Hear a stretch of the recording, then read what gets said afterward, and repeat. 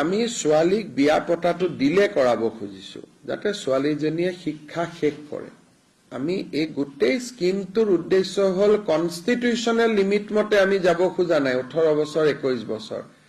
আমাৰ কথাটো হল যে ছোৱালীজনী বিবাহ যিমান পাৰে দেৰিকৈ হওক তাই যাতে নিজৰ ভৰিৰ ওপৰত নিজে থিয় হ'ব পাৰে এতিয়া ডিগ্ৰী ফাৰ্ষ্ট ইয়াৰত তাই এডমিশন হল বিয়া হৈ গল এতিয়া আমাৰ উদ্দেশ্যটো হল দেউতাক মাকৰ ওপৰত আমি যাতে এটা মৰেল প্ৰেছাৰ দিব পাৰো যে অন্তত গ্ৰেজুৱেচনলৈকে ছোৱালীক আপুনি বিয়া নিদিব গতিকে ইয়াত আমাৰ গোটেই উদ্দেশ্যটো হল to defer the marriage of the girls এটা 18 বছৰ বা 21 বছৰ আইন মতেতো বিয়া কৰাব পাৰি কিন্তু আমি বিচাৰিছো যে অলপ দেৰিকৈ ছোৱালীজনীৰ বিয়া হওক অন্তত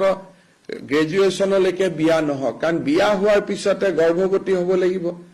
শাহুৰেকৰ ঘৰত গৈ কাম কৰিব লাগিব যিজনী ছোৱালীয়ে হয়তো APSC SCS ৰ কাৰণে প্ৰিপেয়াৰ কৰিছিলে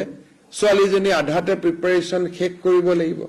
সেইকাৰণে this is a disincentive against early marriage কিন্তু গ্ৰেজুৱেচনৰ পিছত আৰু পোষ্ট গ্ৰেজুৱেচনত হেতু আমি ৰাখিব খোজা নাই কাৰণ বহুত ছোৱালী এনেকুৱা হ'ব যে গ্ৰেজুৱেচন হল বিয়া বাৰু হল 3 বছৰ পিছত আকৌ এডমিশন লয় বা বহুত এডমিশন নাপায় পোষ্ট গ্ৰেজুৱেচনৰ সিট কম সেইকাৰণে পিজিৰ ক্ষেত্ৰত বিয়া হলেও এই আঁচনিটোৰ সুবিধা লাভ কৰিব পাৰিব